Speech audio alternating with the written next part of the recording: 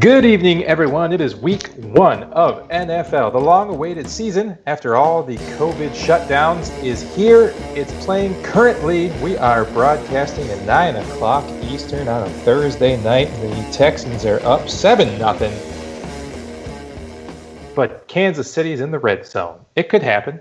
I'm Johnny Danger, with me Chris Emrick and Brewrymark.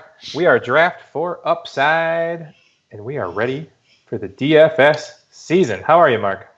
I am doing good. Oh, yeah. Ooh, that's my favorite sound. What are you cracking, my man? It's actually Blake's hard cider. I'm opening a flannel mouth right now. I have a grizzly pear in the background. My wife got on a cider kick, and we ordered a ton of Blake's from the orchard. They're doing they deliver at FedEx. It's excellent. It's fantastic. Nice to have a wine license. Yep. Yeah. So I think I'm going to take the kids out there next week.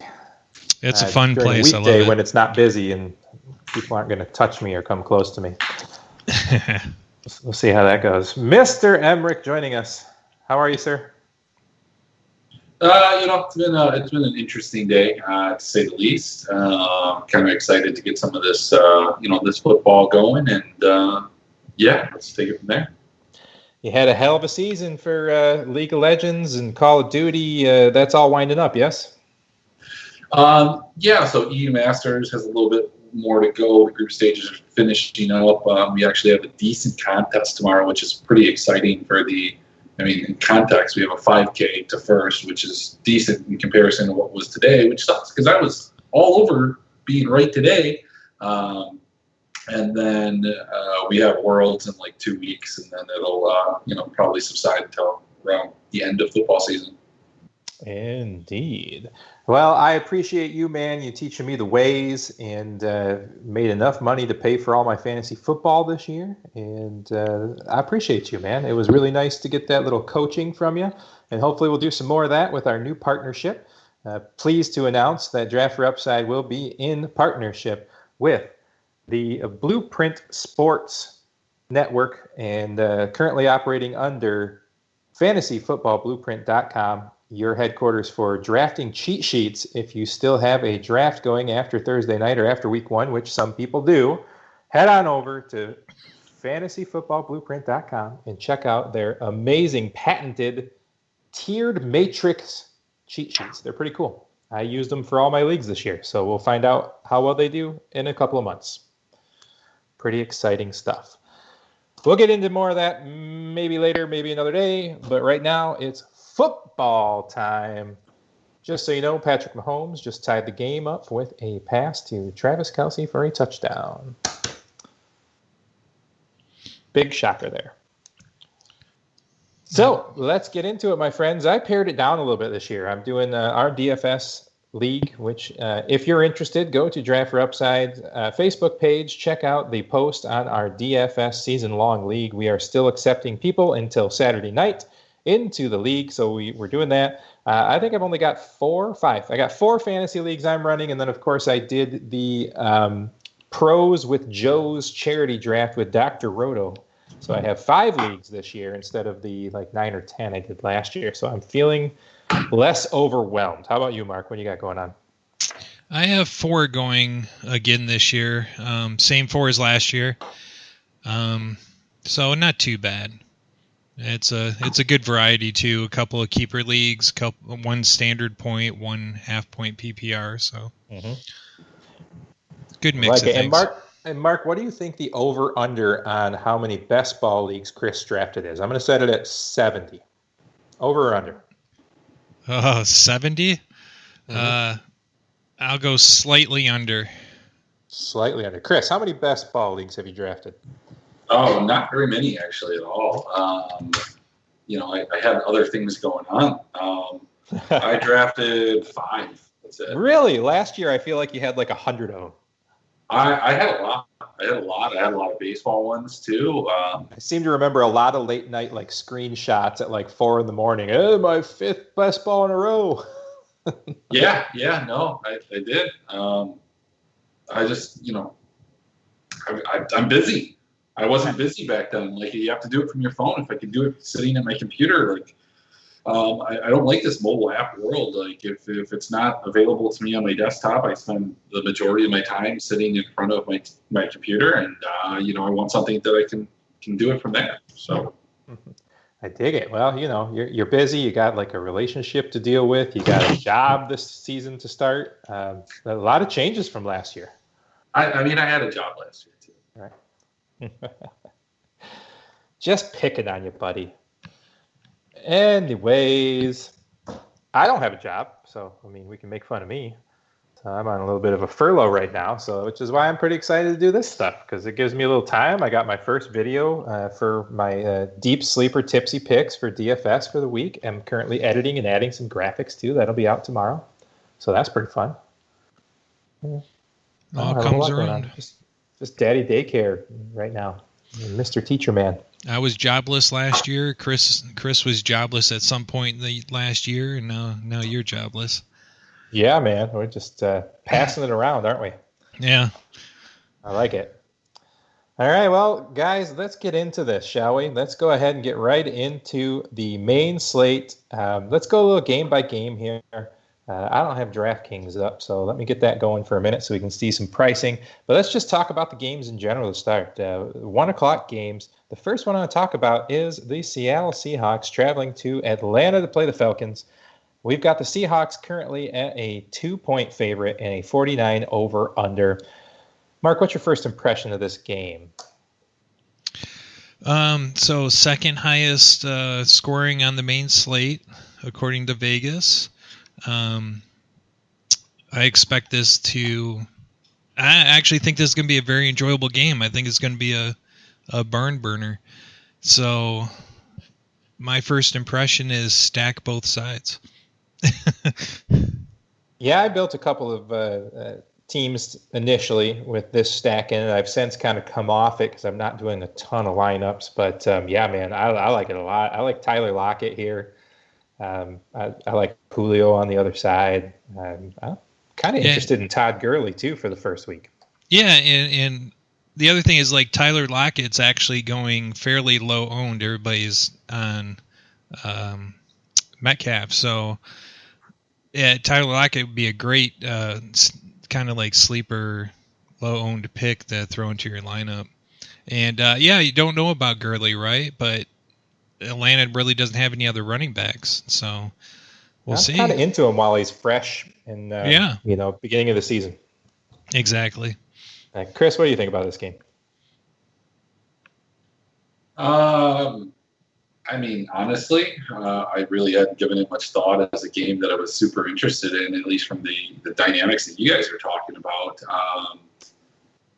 You've got Jamal Adams, you've got Diggs, the safety position. So, Julio's always in play. Not super interested in Ridley. Do like Hayden Hurst as the option that I'm looking at from Atlanta.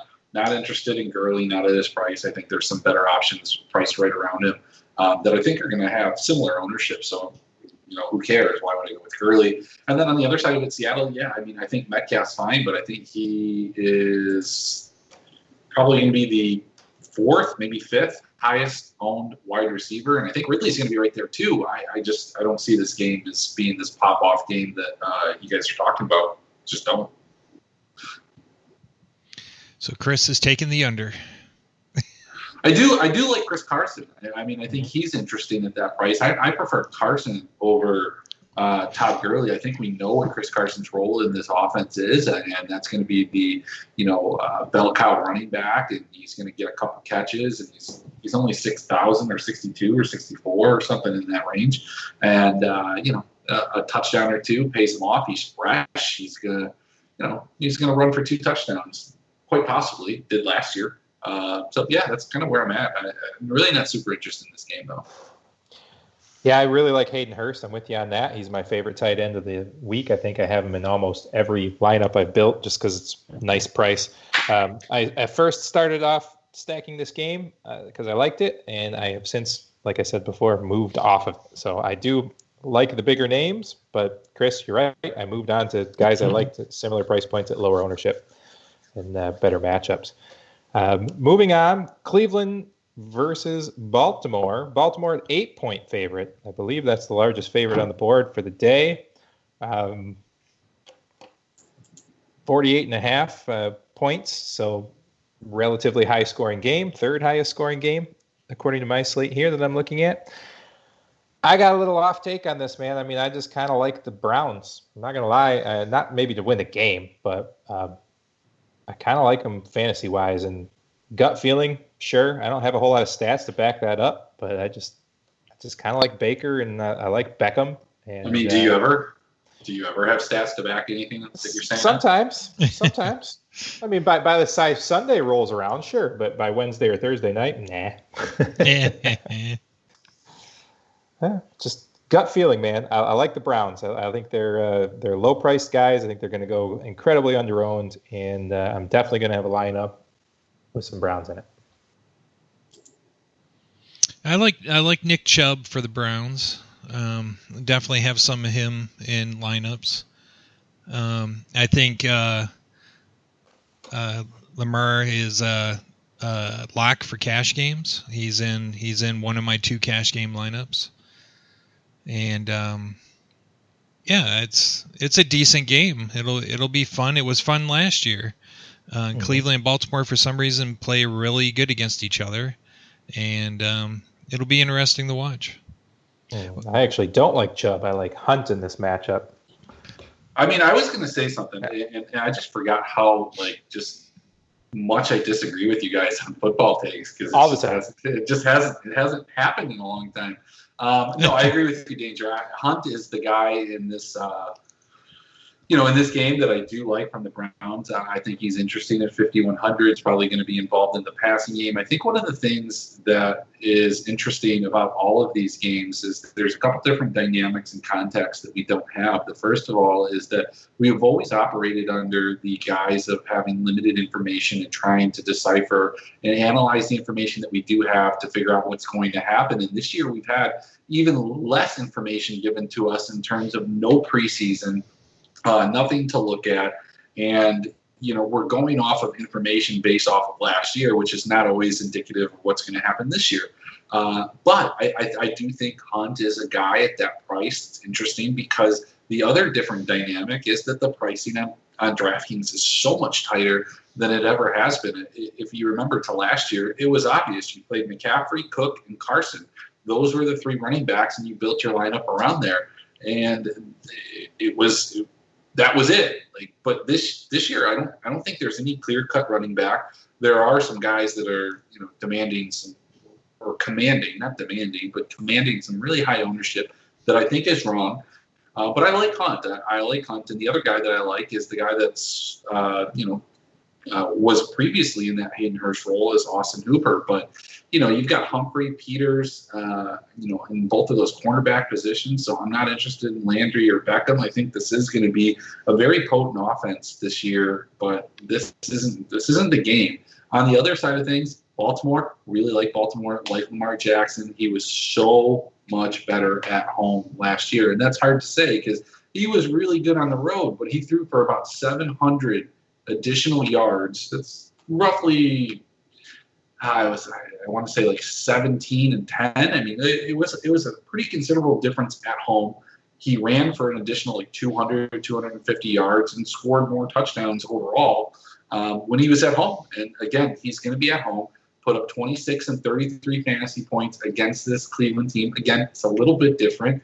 They didn't have, a lot of the players in that late round or late season matchup where he went off, but he was at home. I definitely think Lamar Jackson's playable, but he's expensive. And who are you going to stack him with? Are you going to stack him? And if you're not going to stack him, he's definitely only a cash play at that point. But, there are a lot of different dynamics here. It's not my favorite game to stack overall, but I think there are a couple pieces that we can kind of plug in. I agree. I have one stack here, but I stacked Cleveland with one run back from Baltimore. So it's one of those games that I might be alone on that island, and if it takes off, cool. It's not anything I'm heavily invested in, but definitely taking a shot at it. Yeah, I have nothing. I have nobody in this game in any GPPs. I'm using Lamar in a cash lineup, That's it. Yeah, I like Lamar. It's too expensive for my taste. Moving on. New York Jets heading to the Buffalo Bills. 6.5-point favorites are the Bills. A lower scoring affair, according to Vegas, with a 40 over-under. I don't know.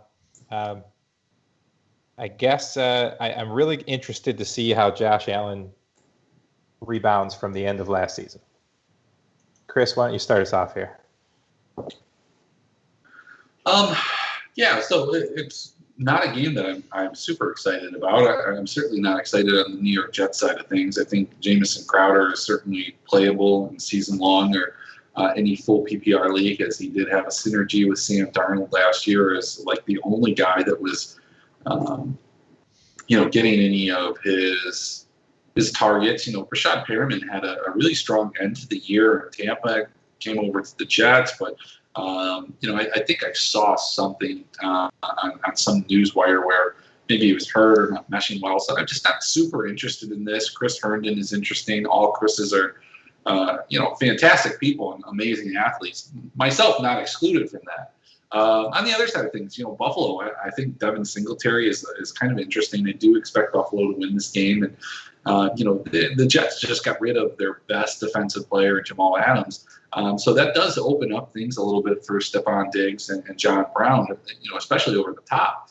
This is a skill player, the skill players that Josh Allen has at his disposal right now with Singletary, Diggs, Brown, no Frank Gore taking any of those carries from Singletary. It's an interesting group of guys, a lot better than Josh Allen has had. Josh Allen certainly has shown some type of upside. He's not a guy that I'm looking to here. I think really if I'm looking at a guy on the Buffalo side of things, I think Stephon Diggs is going to have higher ownership. I kind of like John Brown to be a little bit different, but at the same time, I don't think either of these guys are going to have any type of considerable ownership where you're looking to pivot from one to the other.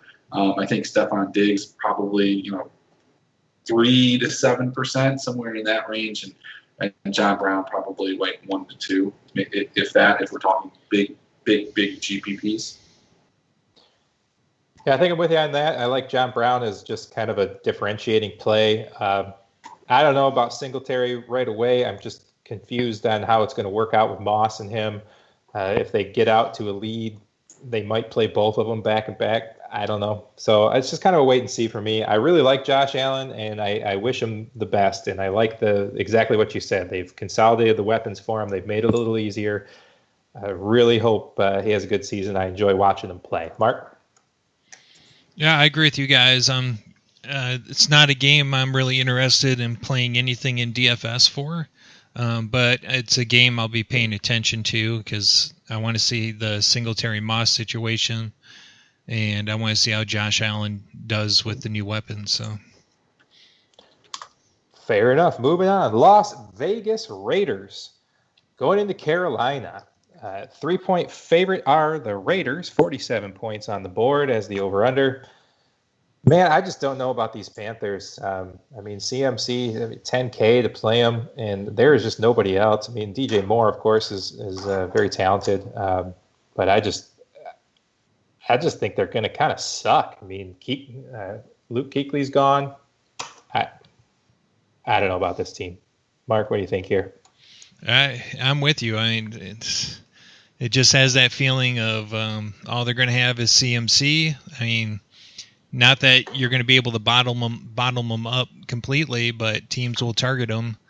And Teddy's more of a game manager anymore. So I'm not. Is that right, Mark? Could you tell me why you think that? What do you mean that he's a game manager? You don't think he can throw a deep ball? No, if you look at his stats from last year, he didn't break 300 for any of the games he played for the Saints. His average was I don't have it right in front of me, but his average wasn't that high for his deep passes.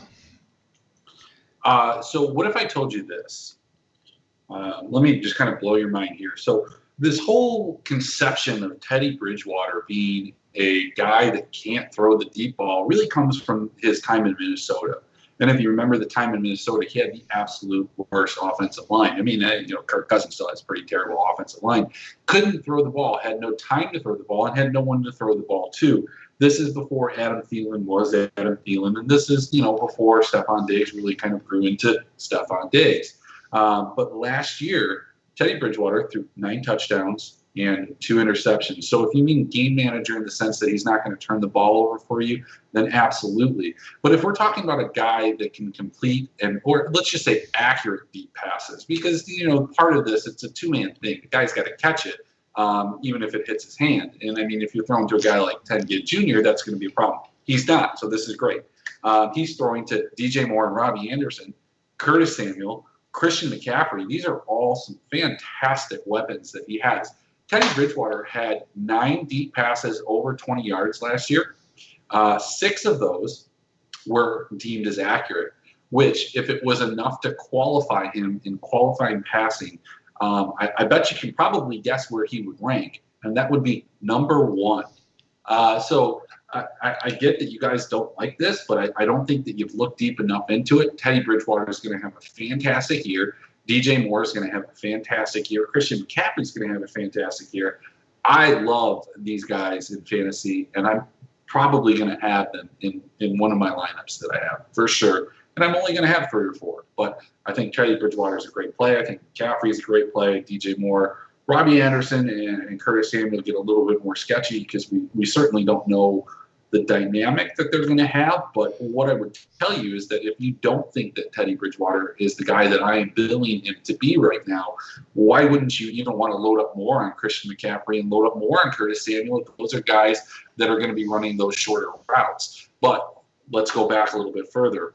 Let's not even go back further. Let's go back to last year. Could Teddy Bridgewater connect passes to Michael Thomas? Well, wait, Michael Thomas didn't really have a lot of passes over 15 yards. So now we're actually saying that Bridgewater couldn't throw deep because he was in an offense that didn't throw deep. But if he doesn't throw deep, then we have Curtis Samuel and Christian McCaffrey right there. So those are a couple things that I just want you guys to think about, because I don't think you were thinking about them. This Panthers team, they're going to be good. Not great, but good. I guess we will wait and see. Yeah, well, no, exactly. I mean, but again, to your point, he's an accurate passer. He doesn't throw the ball deep a lot, and he doesn't throw interceptions. That's a good game managing quarterback. I don't think he was in an offense last year that threw the ball deep a lot. No, that's fine. That's fine. I'm curious to see what he does there. I really am. I root for him. I liked him when he was in Minnesota, so we'll see. Both of you guys, I root for them for these quarterbacks. Just give me a break here. Dangerous rooting for Josh Allen. You're rooting for. I just said I like to watch Josh Allen play. It's fun to watch him scramble around, and throw the ball like a lunatic. I enjoy watching it. I hope it works for him. That's all. Man, what's the next game? I want to see who I'm rooting for. Anyways, on the other side of the ball, I'm really interested to see how their rookie number 1 and 2 wide receivers turn out in Ruggs and Edwards. So really interested to see that, a team roll out 2 rookies as their starters, and Josh Jacobs probably going to have a nice solid year. I'd take a shot on Edwards this week for sure. Just to try him out. 4,300, I think he is. He's going to go a little overlooked. I like it. Anything else here, guys? I think Darren Waller is the guy that you look at on the Las Vegas side. Waller's great. Tons of targets last year. I mean, if you're looking at teams that won the Millie Maker, and that's something that you're trying to do, I think we all do every single week. Teams that won the Millie Maker 30% of the time had a quarterback, 2 guys stacked, whether it's 2 wide receivers or a running back with a wide receiver, but always had 1 guy running back. That was the most common combination. So who do you run it back with? You're not running it back with Josh Jacobs. Certainly, if you think Las Vegas is going to win, yeah, you got Josh Jacobs in your lineup.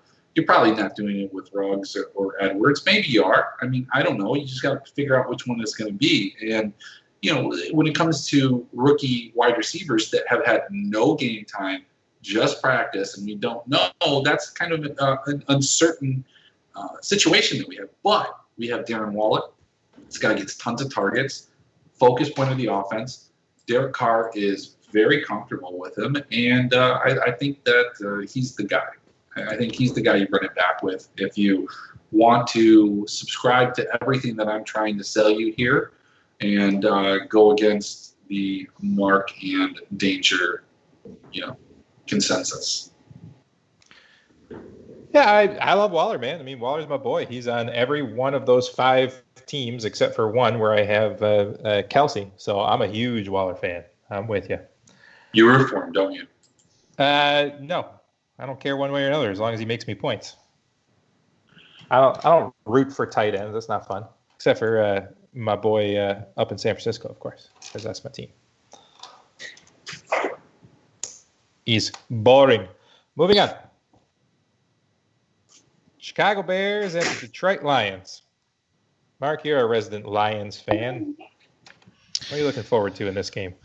Well, I was super high in the Lions until Galladay got hurt in practice. Never what you want to see. Yeah.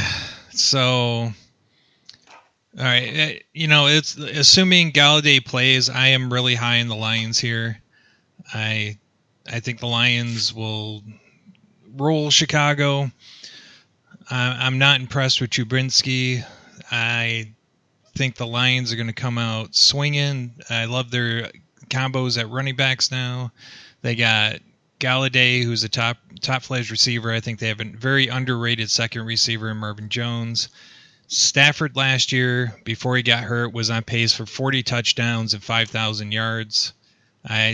He's fully healthy now, so second year in this offense, I expect a repeat of that. The Lions also last year had led the league in the most deep catches, deep passing. They had the furthest push down the field. I just see more of that happening,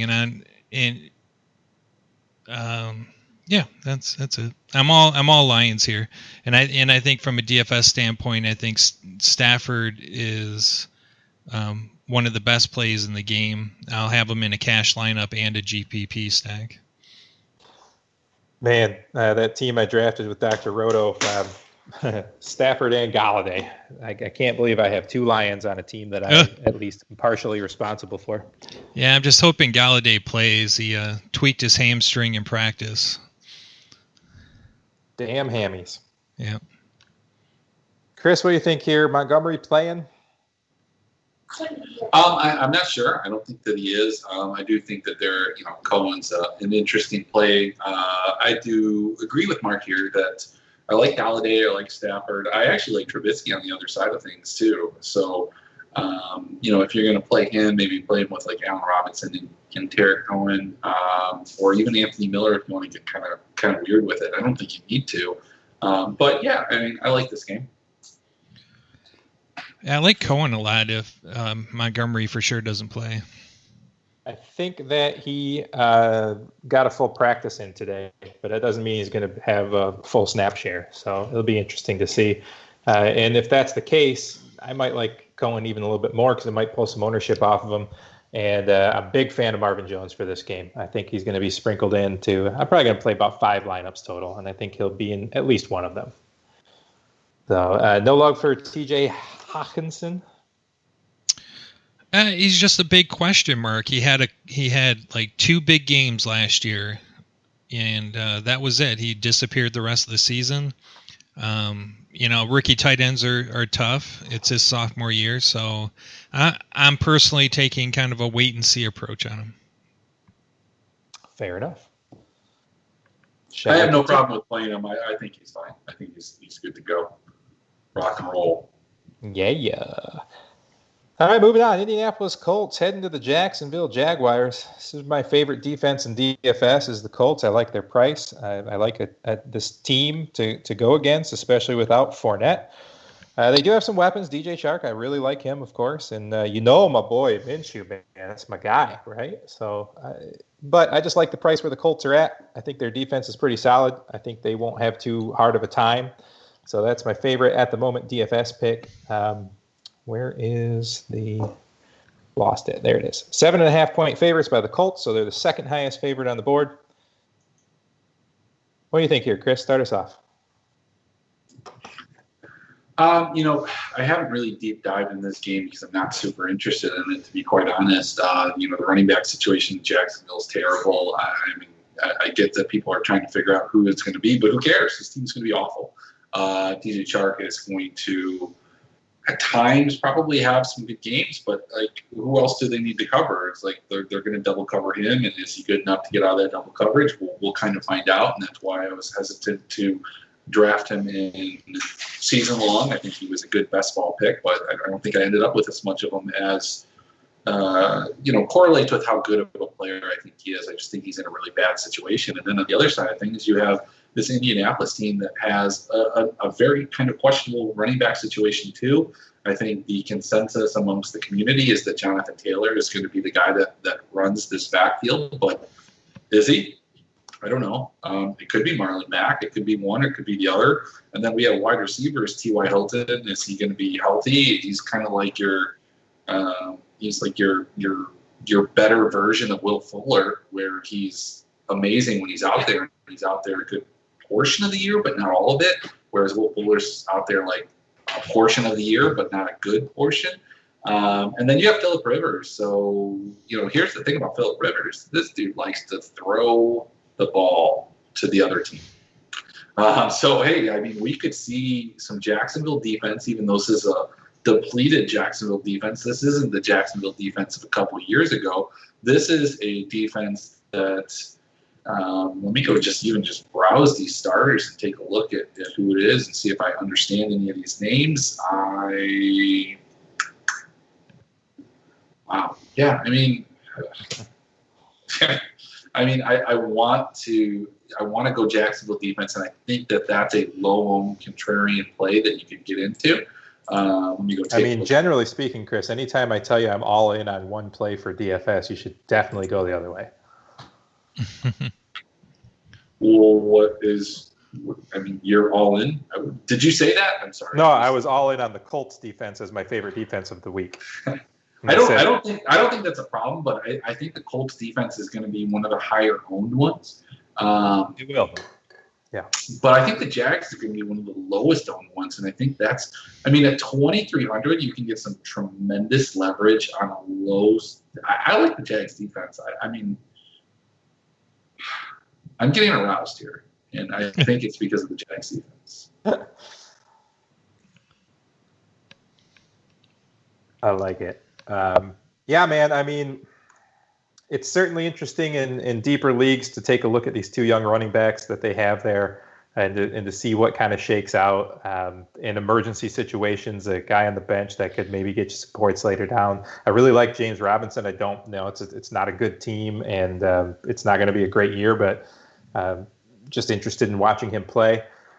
I like Minshew. I like his targets. I just like Colts D. You're right about Phillip Rivers, and I don't know, maybe a new offense will make him think more. Maybe he was too comfortable over in his last gig. I don't know. You're probably right. New offense, new location. Oh, for sure. He's going to throw like 4 picks. Totally, for sure right. Yeah. Mark. Maybe not this game, but like in the next 3 games, like I'm going to stream defenses against Phillip Rivers until he makes me believe that he is not this mistake-prone guy that's going to kind of just ram the ball in places, because I don't think his situation's any different in Indianapolis. I think the skill players that he had in San Diego and in LA, same team, were better than what he has now. Yeah, I would agree, 100%. Mm-hmm. Yeah. All right, Chris or Mark, you any other thoughts here? No, I just I like TY in week 1. It's just a health thing. Like Chris pointed out, he gets hurt a lot. If you're going to play him, this is the week to play him. And he's the prototypical receiver for Phillip Rivers. But as Rivers proved last year, he can't throw as deep as he used to. He's throwing lots of ducks, got picked off a lot. So we'll see if the coaches can rein him in at all. Otherwise, I completely agree with your guys' assessment. Yeah, I think Marlon Mack starts off as the leader here, but if they can get a lead, I think you're just going to see him kind of tag team back and forth between him and Taylor and kind of figure it out. So, I like Mac because he's got the experience there. So if I'm going to play one or the other of them this week, it's going to be Mac, not Taylor. But, I don't know. For the long haul, it's probably Taylor's job. Moving on to the Green Bay Packers, heading up to Minnesota. Minnesota's a 3-point favorite. Although, I don't know, man. I mean, I just don't like Minnesota as much as I did last year. Last year, I just thought they had a real chance to make a run, and I don't like them as much this year. I think Dalvin Cook's probably healthier, and that's awesome, but I think it hurts losing Diggs. I'm not a Cousins fan. I think Green Bay might be the class of the division this year, and that's not saying much. Chris, what do you think about this game?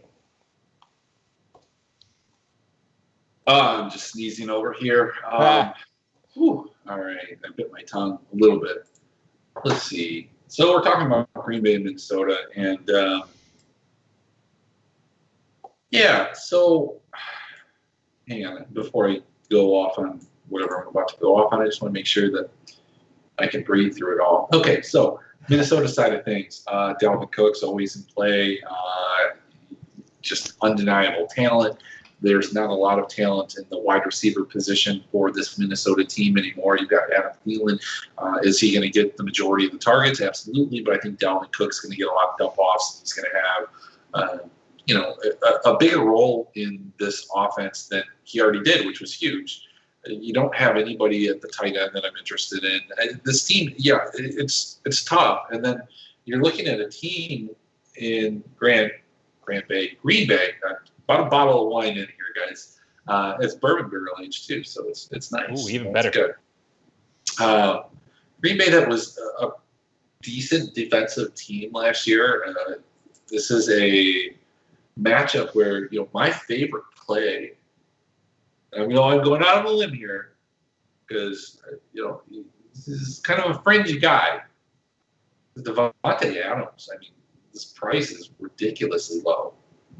I like Davante Adams. That's my guy. That's my guy. I was going to agree with you. The only guy I'm interested at all. I like Cook. It's just expensive. But Davante Adams, there's some just really nice top end receivers at good prices this week. So, and he's one of them. I like him a lot. That's a good call there. Mark, what do you think about this game? Yeah, and Davante Adams is Aaron Rodgers' only target. They didn't bother in the offseason to go get him any help at receiver.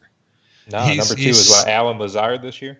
Yeah, loves Alan Lazard though. He loves him. He does. Yeah, I understand, but I mean, I hate to say it, but Minnesota's probably got more talent at receiver. But they don't. Alan Lazard and MVS are better than what they have. I mean, but they get it. It's not an exciting crew, but yeah. So but I love like Adams. He's Johnson. Hopefully Jefferson ends up being all right. But yeah, those weapons are awful. I mean, Irv Smith might be the best receiver outside of Thielen. Yeah. I was just kind of joking. Yeah. So Adams, I think, is the only player I'm really looking forward to here. Yeah, you could take a flyer in Aaron Jones, but I think he's a little high priced, and there's better values out there. I can agree with that.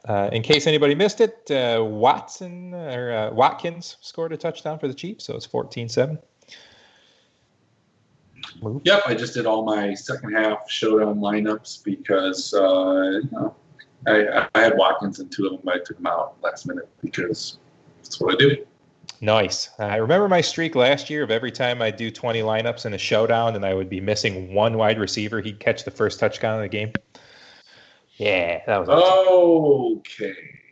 Just missed a field goal. That's cool. Ooh, ouch. I think I have some Fairborn in my leagues, but anyway, moving on. All right, let's move on here. We have 2 more 1 o'clock games to cover. We've got the Miami Dolphins going into New England, and what a different New England Patriots team that is this year. 6.5-point favorite still over Miami. This is an interesting game. I don't really have any love for DFS for this game. I don't know, maybe a little Matt Breida, but I haven't dug into how the Patriots defense looks this year. They were powerhouses first half of the season last year. Maybe Chris can enlighten me in that. Well, they had a lot of guys opt out, and certainly there was a lot of question marks here, but if I'm being honest, this is a game that's is actually super interesting to me. But not on that New England side. I think, Cam's going to have a great fantasy year. I really do. I think he's healthy. I think this is going to be a resurgent Cam Newton. But the question is, who's he going to throw the ball to? Man, I didn't really think this out too well until just now. But James White, who is James White kind of like? I mean, not like, but kind of like. Sort of. What can he do that Christian McCaffrey can do? Catch the ball. Catch the ball. What did Cam Newton do to Christian McCaffrey? He threw him the ball. So, James White should be a target that we can look at a little bit more heavily than I probably gave him weight in the preseason because there wasn't one. Julian Edelman, N'Keal Harry, Damiere Byrd. I don't know how that's all going to work out. I don't know the synergy that Cam's going to have, but you can rest assured that Cam's going to run the ball. Cam's going to get his fantasy points. He's going to be a viable fantasy quarterback, at all times. On the other side of things, Devontae Parker was one of the best PPR receivers at the end of last year. Ryan Fitzpatrick is the best fit for him initially in this offense. We don't know kind of the split that we're going to have between Jordan Howard and Matt Breida. I mean, one would assume that Jordan Howard is on the top of the depth chart, so he's going to get the majority. But then you look at it and say, well, Matt Breida is better, so he should get more. But look, we don't always have coaches that know what they're doing from that standpoint. But I really like Devontae Parker. There is some concern with his hamstring and the injury that's kept him out of some practices or limited him. But yeah, I think it's interesting. I think Ryan Fitzpatrick's a GPP winner anytime he goes off, and this could be one of those games that Miami, New England, Week 1 is always out of control, and maybe it would be still. Yeah, I just don't know what to make of the game. I mean, I don't know who's gonna. We're switching over. So many guys gone. It's just a weird game. I haven't put my finger on this one yet. Yeah, I was looking up weird stats for an idea for a video, and one of the ones I came across that I wrote down here was, do you know who had the fastest run play, period, doesn't matter what position, hit the fastest speed last year on any play in the NFL? Nope. Matt Breida on an 83-yard touchdown run for the 49ers hit 22.3 miles per hour, the fastest run in the league last year. I just thought that was interesting. Yeah. I don't have anything else to go with that. I just thought it was cool. Yeah, as far as this game goes, I'm kind of with Chris. I have a little bit of James White sprinkled into a couple of lineups where he fits well. And that's about it. Parker is a great receiver, but if New England's defense does what they do, I feel like he's the target they will take out of the game. They're always been built to take one target out. So I'm fading him this week, based on that fact. Plus he's injured.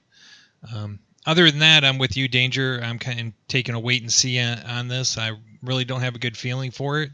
And I'm looking forward to see what Cam can do with Belichick. Yeah, season-wise, Are you rooting for him?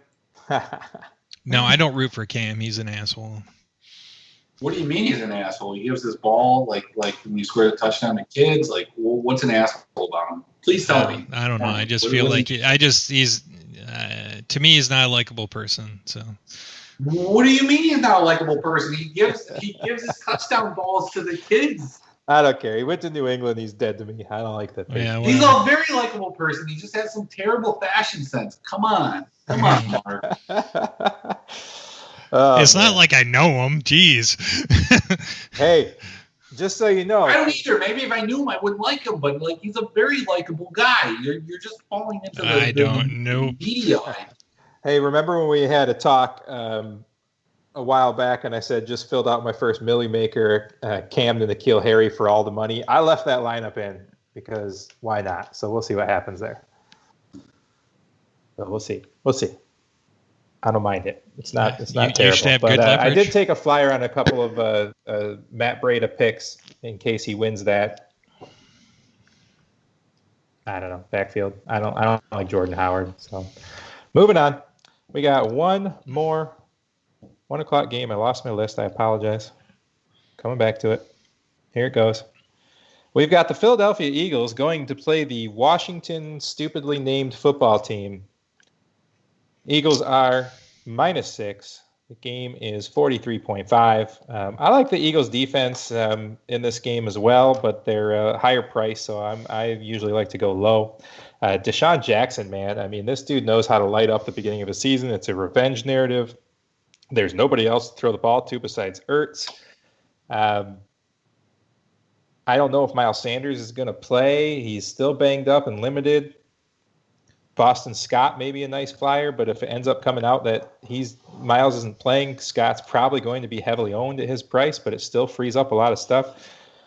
You live kind of down by Washington, Chris. What do you think? I actually think the Washington football team is an amazing name. I really like it personally.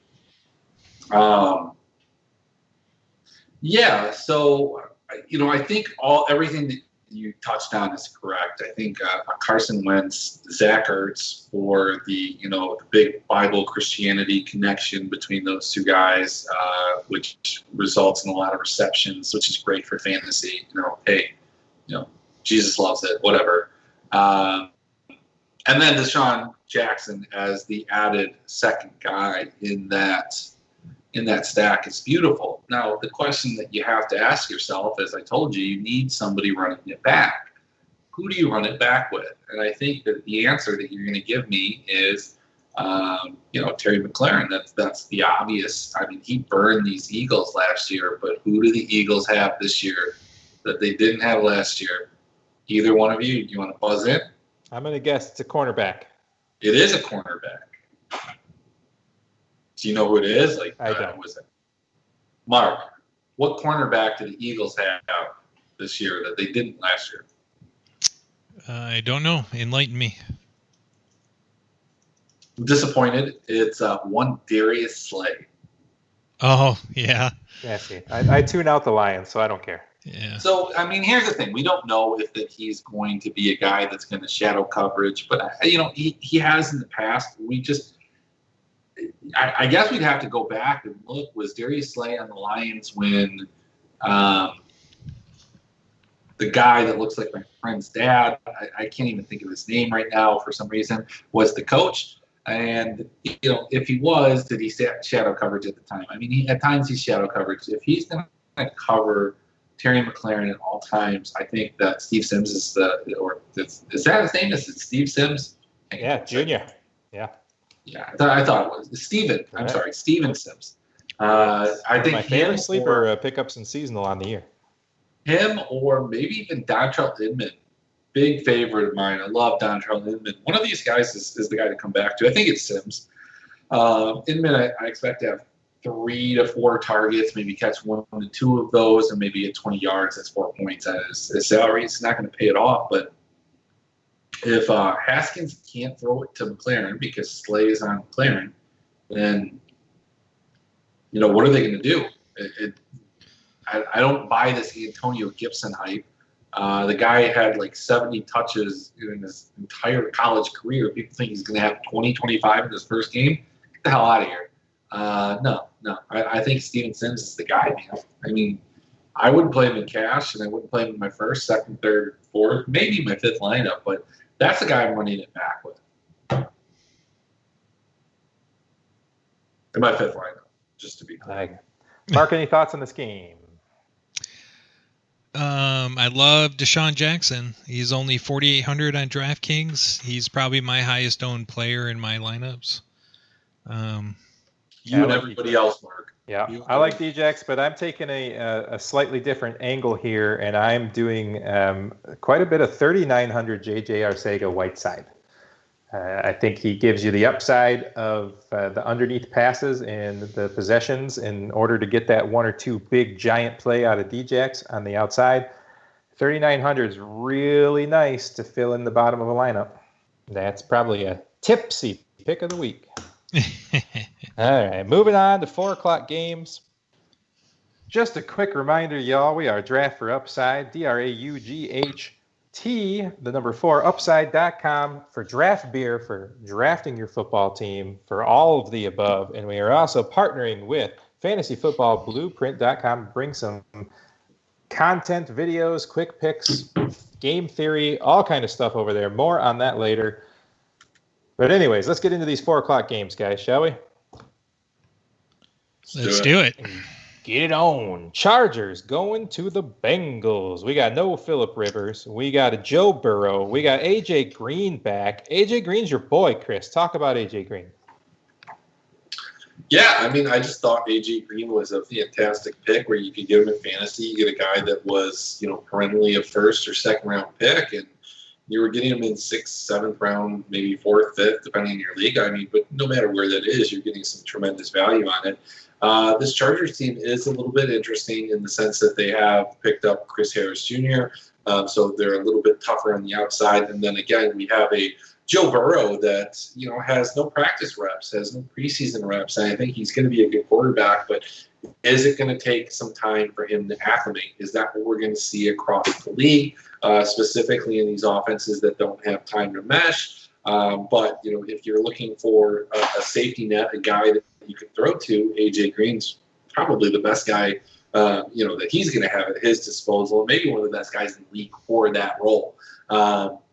Tyler Boyd, John Ross, not really interested in a lot of the other guys on tape, but, Joe Mixon, I drafted him pretty heavily just based off of where I was drafting. I think Joe Mixon, finished the season strong last year. And even if this team struggles at first, Joe Mixon's going to be involved in this offense to an extent that is going to be fantastic and good for fantasy. Now, in terms of the Chargers on the other side, I think Tyrod Taylor at his price is kind of interesting for cash. I don't like him for GPPs. Keenan Allen, I question. Mike Williams might not even play. So who are they going to throw the ball to? And I love Austin Eckler. So do the masses. I would say that Austin Eckler's probably he's going to be one of the top 5 running backs owned, even at his price at $7,000. But if you go back and you look at Austin Eckler as the premier running back on this team, granted it's a different quarterback, it's a different scheme in that sense. The guy's still going to pay off that $7,000 price tag. I love Austin Eckler. I really do. I mean, as a play, I don't like him as. I mean, I don't hate him as a person. I just don't love him as a person. I don't know him. Yeah, I'm with you, man. I first loaded up on Austin Eckler across the board, and then realized just how highly owned he's going to be, and probably still going to stick him in a spot. But yeah, man, going to pivot from there a little bit. I mean, look, how high owned do you think he's going to be? Like, where are you putting his ownership at? I mean, I'm not talking about the Millie Maker. I'm not throwing a lot at that, but. Gosh, I don't know. I mean, some of these contests I was looking at, my guess is probably 25% in some of the 3 maxes that I was in. I mean, I guess the question when you're looking at a guy that's 25%, when there's going to be 3 or 4 guys that are going to be maybe owned higher than him, I mean, how much leverage are you looking to pick up? Like, how much are you really even gaining? Like, also that his price point is you come down off of him, you can save some ducats as well. I mean, sure, but like, who are you? How far are you coming down? Who are you coming down to, and what are you getting? Like, I think that this is not the week to get cute. This is not the week to try and pivot for ownership. We've talked about it a little bit. Like, hey, these are your pivots, but in reality, I don't think that there's any player that is going to have enough ownership that warrants pivoting off of him to gain leverage. I think the exception is maybe Christian McCaffrey. If you think he has a bad game, I think he's probably going to be somewhere between 40 to 60% in cash games and like somewhere between 25 to 40% in GPPs. And, there is some leverage to be gotten there. Antonio Gibson's the only other guy that I think is going to have over 20% ownership. And he's at 4K, so like you miss him, like how much do you miss by? So that's just my only thought there. Mark, on to you. Yeah, I'm right on the same page as you, Chris. Austin Eckler, I think, is the best play in this game, and he's what I would call good chalk. He's not he's going to be chalky, but I think he's a very playable chalk. And it's like you said, how much leverage are you going to get if you don't play him? Yeah, I completely agree with your assessment. Just on a side note, I want to say, Chris, I put together an all Chris team. Are you ready for it? Are you ready for it? Yeah. All right. Christian McCaffrey. Okay. Chris Carson. For sure. Chris Godwin. Love it. Christian Kirk. Yeah. Chris Conley. Yeah. Chris Herndon. Okay. Chris Thompson. All right. And did you know that Drew Brees' middle name is Christopher? Didn't know that. Boom. 100% Chris lineup. Eagles defense, $0 remaining. Is there a Chris on the Eagles defense? I'm sure there is. I think you're going to have to find that out. I think you're going to have to find a defense that has a Chris on it. And actually, you're going to have to go through it and find the defense that has the most Chris starters. All right, I'm going to work on that. I'll work on that after the show. You've got plenty of time. And honestly, I want an extra 1% on that Millie Maker win. You got it. I know you'll pay it. I'll pay. You know I will. I won't turn this one down. That's right. I hope you don't. All right, I saved that lineup just to be sure. It's in. It's not in the Millie, though. I can't Millie that. Why? It's $5. Because I have $2.14 in my account. Cash in some crowns, bro. No. I'm not going to do it. Not going to do it. Anyways, moving on. Shall we? Maybe I will. Yeah, let's go. I'm going to do it. I'm going to Millie that because it's going to win. It's going to win. I'm going to give all the credit to you. Everybody's going to get their 10 grand. You're going to get your 11 grand. It's going to be wonderful. Your wife's going to be like, what's this withdrawal over account? You'll be like, oh, let me explain it to you. Okay. Yeah, let me explain some things. So first of all, this is what's going to happen. And also Mark and Chris have your phone number. They're going to be calling you just randomly. Just, answer. Go ahead. Yeah, go ahead. Here's your instructions. All right. Arizona Cardinals heading to San Francisco 49ers. Chris and I talked about this a little bit last time we were chit-chatting. 48 over under. The 49ers favored by 7. Man, if I was a betting man, I would hammer the underdogs on that. That is for sure. Well, what do you think, Chris? I think I'm going to let Mark take it first, and then I'm going to counterpoint. I like that. All right, Mark. Arizona Cardinals going into the 49ers. 49ers 7-point favorites. I hate that. The 49ers are my team. I love them. But 7? Yeah, it seems a little high. I think they're banking on their defense a little bit, maybe. I like Arizona a lot here. I'm curious to see how D-Hop pans out. And I'm on the Arizona side of things. Yeah, I will. I like this game, man. I like both sides of this game. I like game stacking this game. I like Jimmy Grapes. Sadly, I decided to play the game where I was going to wait to be the last person to take a starting quarterback in every league but one, and so I have Jimmy Grapes in 4 out of 5 leagues. So I'm hoping. I'm rooting for him, Chris. Yeah. So, I think the Arizona side of things is pretty cut and clear. I think Kenyon Drake is a great play. I think DeAndre Hopkins is a phenomenal play. When has he been this cheap?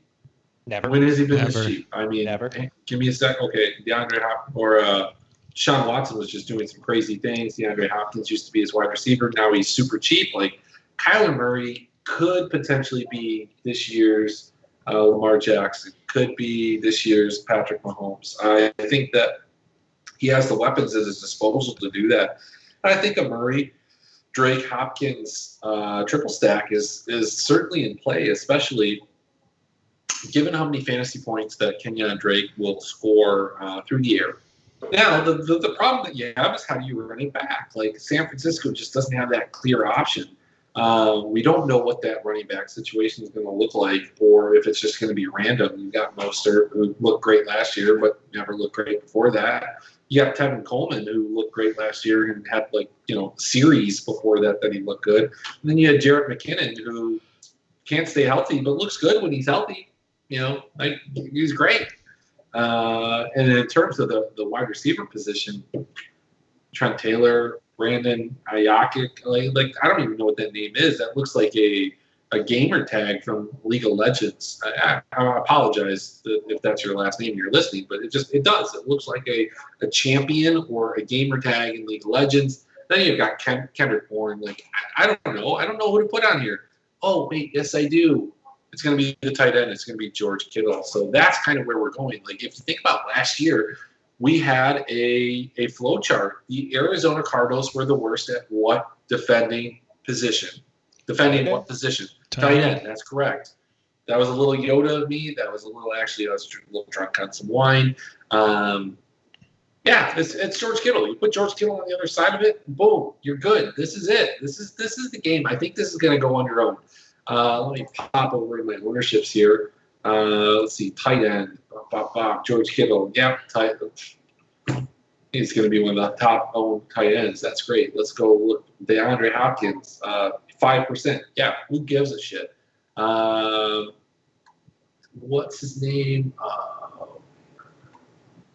You can't even find Kenyon Drake on my ownership here. And then Kyler Murray. Yeah, who cares? This is the game stack. This is winning the million. I'm winning 100,000 on this. I'm probably not going to win a million, but I'll win 100,000. I feel great about this. What more analysis do you need? Chris, I gave you everything. I hate this, Chris, because we're exactly on the same page. Now, we talked about this earlier, so you may have bent my ear a little bit. But when I started doing this, I love the last game of the week. I love the late night hammer. I love my 49ers. It's going to be my game. So I'm with you, man. So I don't know if that's a sign of the apocalypse, but this is my favorite. If I can't afford Kittle, I'm going down to Kendrick Bourne. He scored a touchdown against Arizona in both games. It looks like Debo, it maybe suits up, but isn't going to be 100%. Ayuk is not 100%, might not suit up. Bourne's the way to go if you can't afford Kittle. I agree with you here. Mark, anything to add? Nope, I have that exact game stack that Chris described already entered. So will all four of our listeners. Yeah. Oh, shit, dude. Now I'm rethinking this. I've been on this for a while. This doesn't feel good. It doesn't feel good as a game stack. Right? It just doesn't.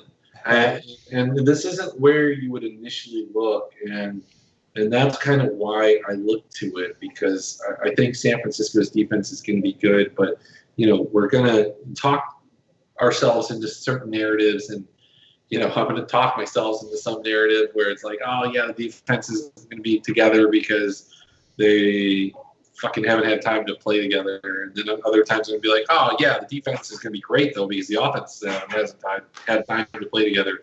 It's, it's just that self-confirming theory. I was going to make a political statement, but that's not what we do. So I'm gonna move on. What's the next game? Is there another game? All right, we got one last game to talk about. It is Tom Brady and the Tampa Bay Buccaneers heading into the Saints. Christopher Breeze, I might add. The Saints are favored. Let's call Chris Breeze from now. Chris Breeze. I'm into it, especially when he wins me $1 million. All right, Chris Breeze, 3.5 point favorite over Thomas Brady. 49.5, highest scoring on the board for obvious reasons. Probably will be. But who do you go with? Brady now has all these weapons. Unbelievable amount of weapons for this man in his career. I love it, man. I love Michael Thomas. I might take a shot on Smith on the other side just as a low-owned option. I like Jared Cook. I don't know, man. Even Emmanuel Sanders might get a piece of this game. Who knows? Mark, what do you think about Tampa Bay, Tom Brady's new team? They've got 3 tight ends that can all get it done. They've got 2 really good wide receivers that can get it done, although Mike Evans might be banged up, right? Correct. Yep. Yeah. So Godwin's the play for me over there. Love him. And then Scotty Smith, or Scotty, what's his name? Scotty Smith, is that right? Scotty. Who's their number 3 guy that Brady loves? Miller, Scotty Miller. Scotty Miller, yeah. Yeah, Scotty Miller. Maybe if Evans doesn't go, nice play there. What do you think about this game, Mark? I love this game, and unfortunately, I think everybody loves this game. Everybody will love this game. Is this a naked Tom Brady game? Is this one of those games where you just throw in Tom Brady with nobody? No, I actually built this. Naked lineups only win 6% of the time. Yeah. Just want to throw that out to you. Yep, I actually built stacks going both ways in this game. I want to see what Brady can do with all his talent. I feel like he hasn't had this amount of talent in, I don't know, a decade. So sure. I'm really curious what he can do with it. I mean, we know he's the GOAT, right? So what can he do with Godwin? He's got Gronk back. He's got OJ Howard. He's got Mike Evans. What can he do with all this? And I haven't deep dived into this topic yet, but that offensive line, if I remember correctly, last year was freaking terrible. Yes, that's the one minus, and Tom is a statue, this is where I No, he's not, dude. He can run faster than all 3 of us. Probably. That's not saying. Well, yeah, but that's not saying anything. I mean, I walk with a cane. I looked at some stats earlier a couple of days ago, and it was like Chris Godwin's average route when he turned inside was 15 yards, and that seems to be right where Brady excels at. So I really see that Brady Godwin connection coming to fruition, and it's also a short enough route that he can do quick hits if the pocket breaks down. And on the flip side, it's New Orleans. They really haven't changed much. You got Kamara about to sign that new deal. Breeze is Breeze. Michael Thomas, in my opinion, might be the best wide receiver in the league. So, yeah, I stacked it both ways. I ran New Orleans back with Godwin, and I ran Tampa back with Thomas. So I love it, but I think it's going to be a super high-owned kind of stack. Yeah, and I mean, I think you're on the point here. Look, Michael Thomas has the highest ceiling of any of the wide receivers here, but he also has the highest price, so he should have the highest ceiling. But on a point per dollar, the question is he going to pay off? I mean, he is at home. He's better there. I don't have a problem. It's just what does the rest of your lineup look like if you're going Michael Thomas? We've discussed 3 really high-priced guys. We've discussed 4, as a matter of fact. You've got George Kittle, you got Michael Thomas, you got Christian McCaffrey, you got Lamar Jackson. And I mean, I think we're on a consensus that 3 out of the 4 of those guys are really good plays. I think all 4 of them are. But point per dollar, Michael Thomas he's just not there for me. But if you're going on the other end, my ownership projections, which, maybe I'll patent, maybe I won't. But I think Chris Godwin and Mike Evans, irregardless of his injury, whether he's injured or not. I mean, if he's injured, he's probably going to more ownership. Let's talk about that. But I don't think Chris Godwin's ownership is going to be as high as you guys are saying. I didn't say Chris Godwin's going to be high owned. I just think that this game's going to be high owned. Yeah, but okay, so if you have a part of the game that's not, Chris Godwin, I'd probably have him at 9 to 10%, maybe top 10 owned wide receiver. Tom Brady, I think he's going to be owned. Do you go with Evans? I think the second piece on that Tampa team is the hardest thing to figure out. I don't know if it's Gronk. I don't know if it's OJ Howard. Is Gronk going to get full snaps? Is he just kind of like a Brock Lesnar in the WWF or WWE where he just shows up for certain games? I mean, we don't know. Again, we don't have snap counts with these guys. Mm-hmm. Bruce Arians is a fucking liar. He's a liar. We don't even know who's playing running back. Is it Ronald Jones? Is it Leonard Fournette? Is it Johnny Danger? I don't know. I mean, I know it's probably I could get the call. I need to put that 45 pounds I lost back on, though. Yeah, I mean, look, Mark says he walks with the cane. Like Frank Gore walks with the cane, and he fucking runs for 1,000 yards. Good for Mark. Yeah, man. I gotta say, when I drafted the charity team with Roto, I drafted OJ Howard in the very last round before a kicker, and just figuring, man, like you said, does Gronk show up to play? Does he get hurt right away? Is he not as good as he once was? I mean, OJ Howard's a great talent. Maybe he gets traded back to New England. Maybe he gets traded to Seattle. I thought it was a great keep. Doc dumped him right away. I was very sad. I was very, very sad. Not gonna lie. I got nothing else. Guys, I'm done. I think we've done it all. Parting thoughts. It's going to be a very interesting week 1. We had no preseason, hardly any practice. So week 1 kind of feels like a preseason. It's going to be fun, though. Lots of free agent moves this year, especially in the quarterback area. So I'm excited to sit down and watch all these games on Sunday. Chris? Yeah, no, I'm super excited. I'm going to be stopping by Aslan Brewing over here in Alexandria, Virginia. I'm going to get some fresh hops. I'm going to drink some beers. I'm probably going to go to sleep around 3 o'clock in the afternoon because all my lineups will be dead, and I will be out a significant portion of money. And it's going to be great. It's going to be fucking awesome for like 20 or 30 minutes. Nice. If you are a repeat listener, you probably noticed we didn't give a lot of real steady DFS picks that guys were taking stands on. That will come. We'll talk about our favorite picks. We'll have quick picks out. We'll have more in-detailed stuff. But you're going to have to go over to fantasyfootballblueprint.com to check out our premium content over there as we try to get a good relationship going with our new partner. And it's going to be fun. We're going to have more content. We're going to have more in-depth content. We're going to give you picks. We're going to do good stuff, but you got to go over there and check it out. fantasyfootballblueprint.com. In the meantime, please keep watching us on draftforupside.com, draftforupside on Facebook.